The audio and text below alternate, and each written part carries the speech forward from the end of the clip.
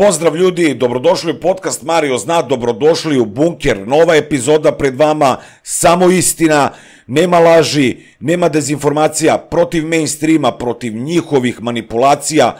Idemo, špica i otkrivam sve ono što su pokušali da sakriju od vas.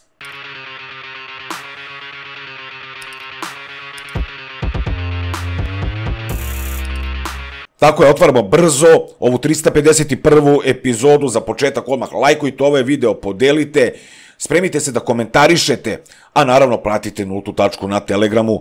U prvom linku, prvom komentaru ispod ovog videa pronaći ćete link. Krećemo odmah sa vrlim novim svetom, dešavanjima iz sveta. Spremaju nam novu histeriju, imamo nekoliko virusa koji su krenuli da haraju. Ali pre nego što dođemo do toga, ajde da se posvetimo ukratko, da kažemo, tom nekom miru, da li istinskom ili fiktivnom, koji bi možda mogao da se desi uskoro, a sve nakon sastanka na Aljasci. Setite se pre 3 nedelje kada sam odavde vama rekao da će se Trump i Putin sastati ubrzo. Mnogi su pomislili da nema šansa, ali evo ga. Trump je predložio Aljasku, Putin prihvatio, na Aljasci sastanak mirovni, možda se nešto desi, možda se ne desi ništa, ali vidjet ćemo, pratit ćemo situaciju, jer to je suviše kompleksno. Naravno, Vučić je govorio da će to da se desi u Beogradu, da će svašta da se desi, on će da organizuje to, naravno ništa, ali opet vidjet ćemo da li je to ono što će trigerovati, što će podstaći ponovo nekom vrstu mafije, globalističke, demonske, farmaceutske, da ukoliko dođe do mira, krene nemir u smislu neke nove pandemije. Jer, gledajte, Zelenski naravno odbija da ustupi teritoriju koju je oslobodila Rusija, Putin neće odustati, Rusi neće odustati od onoga što su oslobodili, vidjet ćemo gde će se pronaći kada je reč o Trumpu, da li će Trump uspeti da posreduje u svemu tome i da li će doći do mira. Ali da ponovim, ako pogledamo šta se dešava u svetu u zadnjih nekoliko dana, ako vidimo da je u Kini došlo do izbijanja nove epidemije, novog virusa, kojeg šire, kako oni kažu, komarci, gde su došla nova zaključavanja, iste mere kao za vreme COVID-a, gde imamo na 8.000, desetine hiljada zaraženih virusom čikungunja, kako su ga nazvali, onda slobodno možemo malo da se uplašimo, ne zato što mi imamo neki strah, nego šta su, vezano za to šta oni planiraju za dalje, kakvi su budući planovi za svet, da li neko misli da će oni pristati na večni mir i kao to je to, nema više ničega. Naravno da nije tako. Znači, taj čikungunja, čak su i Amerikanci, američki CDC je zvanično preporučio Amerikancima da ne putuju u Guangdong, u Kinu, gde je izbila ta epidemija, komarci to šire, haos, ludilo.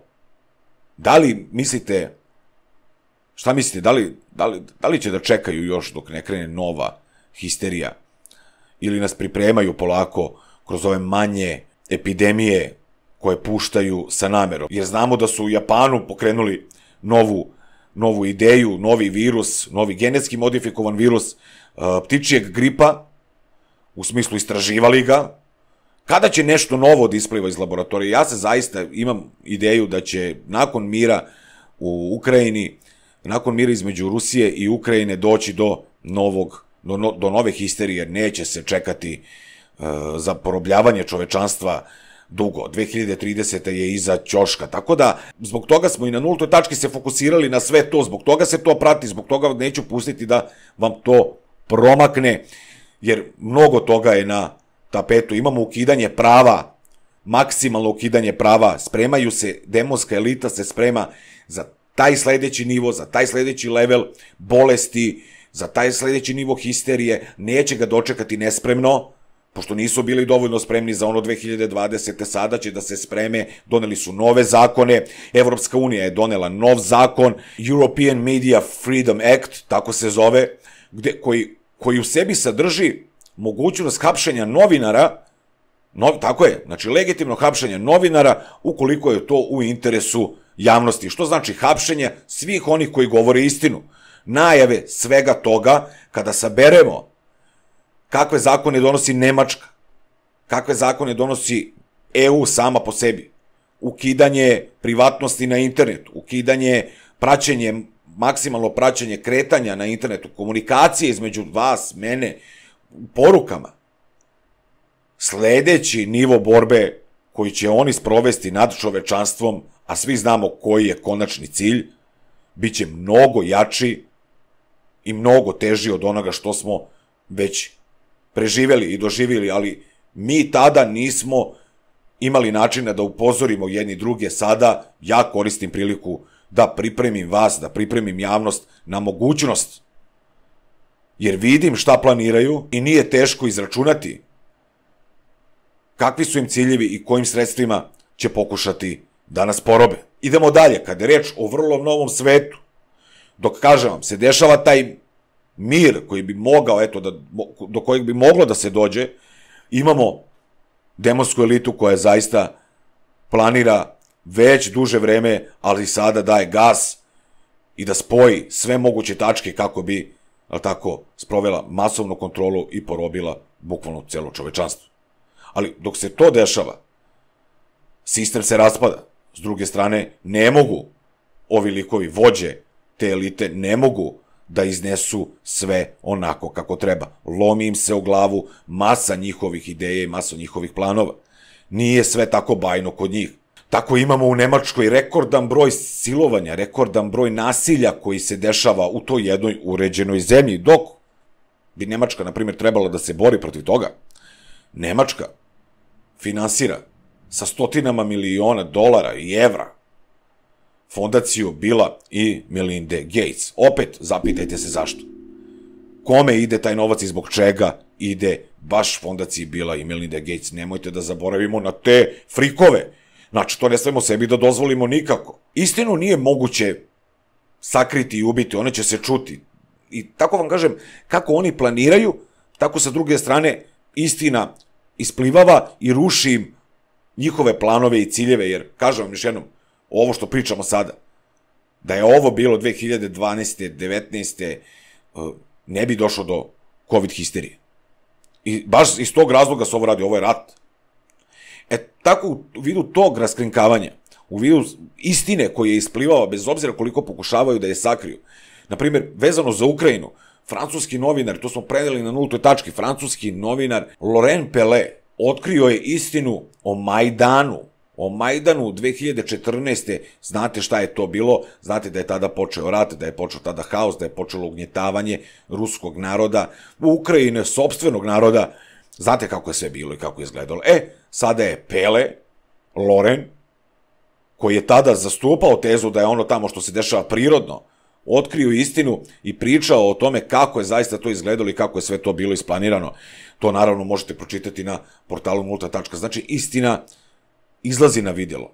Naravno, ne u Srbiji kada je reč o domaćoj politici, a doći ćemo mi do zemlje čuda, nemojte da brinete, imamo mnogo toga kada je reč o Srbiji, ali držimo se sada ovog sveta koji se buni. Sama priroda se buni. Pogledajte koliko zemljotresa od početka godine. Više od 350 zemljotresa koji su jači od 5,5 magnitude su se desili. Priroda odgovara. Postoji viša sila.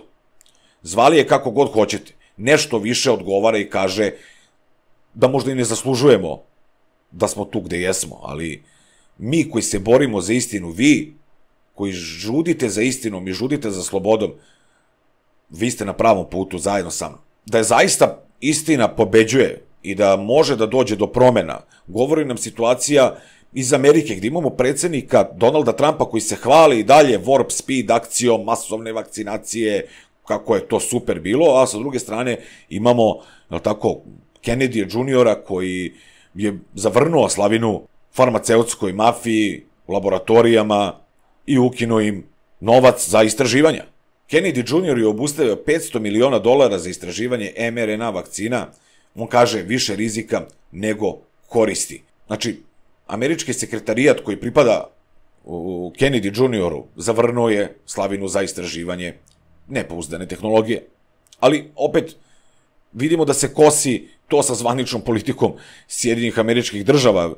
Potpuna jedna ludnica, ali imamo pozitivna dešavanja, imamo pozitivne izjave, imamo potvrde stručnjaka koji i dalje, ljudi, to se nije završilo, oni koji su podlegli eksperimentu i dalje su u opasnosti.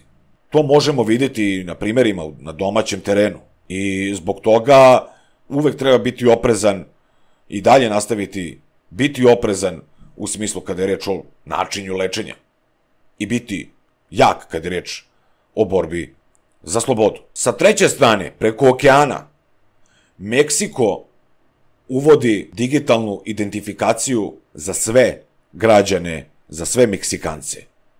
Pazite sad, Meksiko je zvanično doneo zakon koji obavezuje sve građane da imaju digitalni identifikacioni dokument zasnovan na biometriji, ranije je bio dobrovoljan, a sada postaje obavezan od sledeće godine.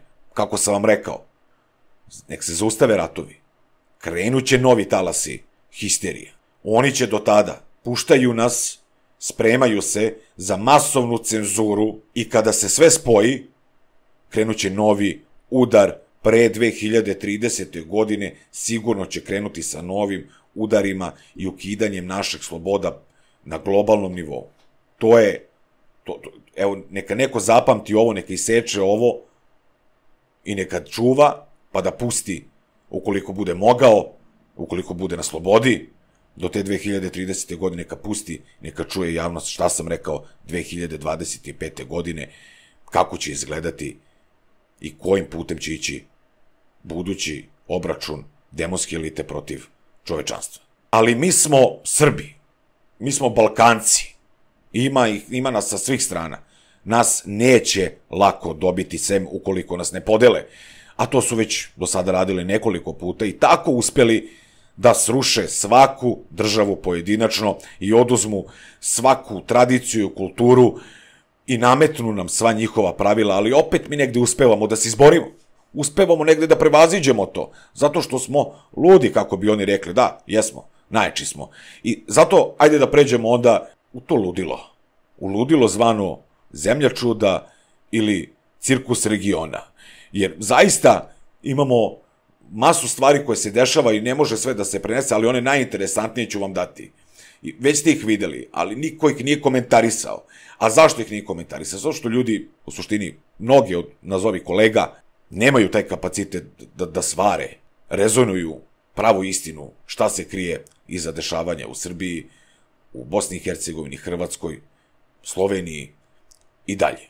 E pa ovako, u Zemlji čuda se desilo tako, prošle nedelje smo imali live šlogiranje na televiziji kod Sarape. Znači, ministar Darko Glišić, tako Vučićev najbliži saradnik, se šlogirao u sred emisije. I to je strašno. Ta scena je bila strašna.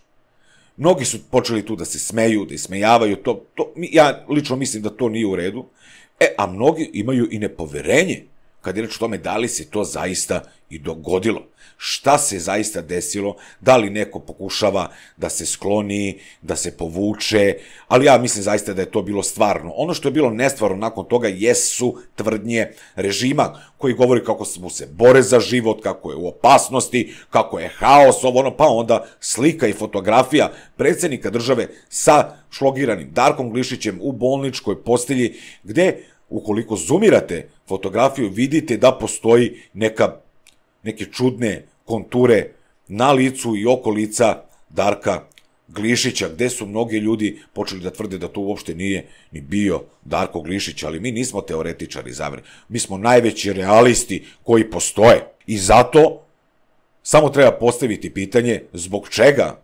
karmički, ako ćemo realno da gledamo, ovaj režim sam sebi priziva nesreću i gde je kroz te tvrdnje, to vam je kao ono čobanin vuk i ovce. Znači, sami sebi prizivaju da im se dešavaju sranja, konstantno, karma im odgovara nenormalno jako, ali nikako da nauče. I zaista jedno pitanje koje treba da se postavi, zašto se Vučić fotografisao sa Darkom Glišićem, a nije se fotografisao sa Goranom Vesićem? Zašto nisi predsjedniče, a gde je Vesić? Gde je Goran Vesić, šta mu se desilo? Kako prošla operacija? Da li je dobro? Da li je otišlo na ovamo ili onamo? Gde je prebačen? Što se nije predsjednik slikao sa Vesićem? Zar je Vesić manji i manje vredan od Darka Glišića? I gde je Toma Mona i šta ima za doručak? Zašto ne ode Vučić da ga poseti? da mu odnese džeparac, nego samo Darko Glišić. Zašto su ovi ljudi manje vredni? Hoću fotografiju Aleksandra Vučića i Gorana Vesića. Hoću da ga drži za ruku. Ako možeš njega, možeš i njega. Ali, opet, videli ste šta se desilo uživo u programu. Treba naglasiti da je ministar Darko Glišić promovisao vakcinaciju. Znamo da su jedne od nuspojava zaista jesu moždani udari kada je reč o ljudima koji su se vakcinisali Johnsonom i Johnsonom, AstraZenecom i drugim, da kažem, eksperimentalnim sredstvima. Tako da treba ostaviti ovo da se zna. Možda nije povezano, možda je haos, stres, nervoza, ali znate kako, treba ovo da se ostavi. Pa da se zna. E sad, svi su tu počeli da se javljaju nakon toga što se desilo sa porukama, podrške, Darko izdrži, Dare naječisi, neustrašivi, nepobedivi, sve, pa se oglasio i Mr. Bean srpske politike i globalne politike, je li tako, Marko Đurić, koji je poslao poruku podrške svom kolegi Darku Glišiću, ali tu poruku je napisao jebeni chat GPT, znači, Đurić nije mogao da se skoncentriše dovoljno da napiše dve rečenice, da napiše živi brate bio, drži se, čuvaj se, idemo do kraja, ne znam šta da mu kaže, ne, nego je morao da angažuje chat GPT da mu napiše poruku podrške Darku Glišiću i narod ga provalili, mi ga preprovalili. Kako smo ga provalili? Tako što je ostavio chat GPT-evu specifičnu dugu liniju, dugu crticu između reči koju samo chat GPT generiše i tako je ponovo Đurić, jadan, baksuz, ali tako, skoro pa budala, došao do nivoa da mu se narod ponovo smeje, da mu se ponovo podsmevaju ljudi jer je ispao stvarno, baš je ispao smešan. Kada je reč o nepobedivom, zaista jednom nepobedivom čoveku, najhrabrijem čoveku na svetu, čuvarem Srbije, Kosova i Metohije, Republike Srpske i celog sveta, Aleksandru Vučiću, on je bukvalno smorio za njih nekoliko dana, ali izvukao se fotografijom sa Glišićem, ali je smarao. Manje je pumpao nego što inače zna, ali je smarao i najavio je izbore, kaže, izbori će biti pre ustavnog roka, znači bit će izbora ranije, ali još uvek ne otkriva kada će biti izbora, ostavlja to, naravno ostavlja zašto se plaši da ih raspiše, ali, kažemo, manje je pumpao, dobro, ali je više lupao, jer, ajde da se vratimo par meseci unazad, kad je reč o najjačem čoveku ikada rođenom na prostoru Srbije, Balkana, Grčke, Bugarske, Tartarije. Čovek je pre 3 meseca, 4, zaboravili su to ljudi, a trebamo se smeti, pre 4 meseca Aleksandar Vučić je objavio ponosno u medijima da će se za 2 dana, 3 dana sastati 2-3 puta sa Donaldom Trumpom. Šta se desilo nakon toga? Moramo na ovo da ga podsjećamo, moramo da mu se smemo. Da je rekao je 2-3 puta ću se sastati sa Donaldom Trumpom, to je bilo aprila, kraj aprila. Naravno, on je posle toga Deportivo La Coruña sa Floride, a juče se desilo da smo nam zvanično uvedene carine od 35% na našu robu za Sjedinjene Američke Države. Toliko o, tako, neustrašivoj, idemo, aplauz jedan za predsednika, toliko neustrašivoj, spoljno-političkoj, intelektualno uzvišenoj borbi za Srbiju i budućnost naše zemlje. To samo može predsednik Aleksandar Vučić. A blokaderi i teroristi to nikada neće razumeti. Jer ovaj tramvaj, novi tramvaj koji je nabavio Šapić i Beograd, koji je ispao iz šina juče u Beogradu, to nije slučajno, to je performans za Expo. To ne razumeju blokaderi. To sve tako treba, to sve tako mora, da Šapić pokaže kako blokira ulice novim tramvajem. Ne shvataju, ne kapiraju. Droga pojela mozak. Ali da ne bude samo, ne valjaju, Vučić je ovakav, najjači, nije najjači, imamo mi, kada Vučić ne radi svoj posao, radi ko? Ko umesto Vučića radi najbolje posao kada je reč o sve lošijem životu u našoj zemlji? Pa to je opozicija. Opozicija predvođena, ali tako, Oranžinom, ili ti Draganom Đilasom, Ješićem i sličnima, koji su se, tako, ustremili da iskuliraju i pokušaju da sruše studentsku ideju. I dok oni to rade, dok se bore protiv ljudi, dok svoje botove angažuju da udaraju, ali tako, jer imaju jednake botove kakvi ih ima i SNS, jednaku armiju, možda su i čak i isti ljudi, isplivala je informacija o tome koja dokazuje, u suštini koja prikazuje, ajde da budemo precizni, koliko su zaista povezani režim i taj deo opozicije. S obzirom da su se pojavili na društvenim mrežama screenshotovi ćerke Dragana Đilasa, koja preko firme za koju radi, zvanično radi i na projektima vezanim za Expo 2027, postavlja se pitanje zbog čega su toliko bliski Dragan Đilas i Aleksandar Vučić i koliko su oni bliski, da li su možda čak i kumovi, kada toliko jedan sa drugim radi i sarađuje, a navodno pljuju jedan drugog. Narod je prevazišao to. Baš mi je drago što znam da je sada kao nikada najmanja popularnost i režimu, ali najmanja popularnost i toj opoziciji predvođenom tom ekipom Đilas, Grbović, Marinika i ostali. Buđenje se nastavlja, ono nije stalo, dok se svi ne probudimo, neće nam biti bolje. To je, ja mislim, sada svima jasno. I zaista, da budem objektivan, i znam da mnogima to ne prija, kad si objektivan, da najviše vole kada se skače, bira strana i slično, mora da postoji zdrava kritika, kažem vam, i prema režimu, i prema opoziciji, ali evo, na primjer, i prema ovoj situaciji iz Novog Sada, gde su se neki, kako kažu, deo građana, neki zborovi organizovali da zabrane izgradnju crkve u naselju Liman u Novom Sadu. Borba protiv izgradnje crkve. Njima je izgradnja crkve problem, rođaci. Znači, to ne može niko da mi objasni kako bi ja to razumeo. Znači, New Age partizani, wannabe komunisti, koji misle da je, ne znam, Karl Marx tip čipsa, da je Trotski tip trotineta, bicikla električnog, da je Kautski, ne znam, fudbaler Slavije iz Praga. Ti ljudi se bore protiv izgradnje, brate, crkve. I onda tu vidimo uplivanje tako tih nekih Đilas, Ješić ekipa koje rade na razjedinjavanju ljudi i to zaista svako sa zdravim razumom treba da kritikuje, bio on religiozan ili ne, bio ateista, komunista, četnik, šta god bio, brate, borba protiv izgradnje crkve, mislim. Kao bolje park nego crkva.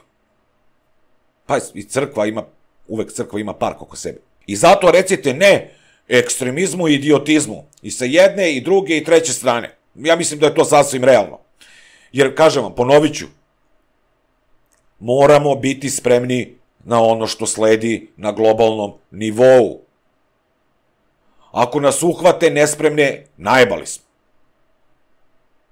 Moramo alarmirati javnost da demonska elita nije odustala od porobljavanja čovečanstva i kraj priče. Ukidanje sloboda, kretanja, komunikacije, života, slobode, u svakom smislu te reči, krajnji plan svih njih zajedno na globalnom nivou. I zato istina ne sme da ostane po strani, zbog toga delite ovaj video da čuju ljudi šta se dešava, delite i čitajte nultu tačku, da znate istinu, ostanite na pravoj strani, vidimo se već ubrzo sa udarnim vestima, sada ćete vidjeti šta znači rad na maks iz bunkera, sada ćete vidjeti šta znači informacije svakog dana i zato ostanite uz podcast Mario zna i vidimo se već sutra ukoliko bude nešto udarno, a bit će sigurno, istina ne sme biti sakrivena. Vidimo se, idemo do kraja.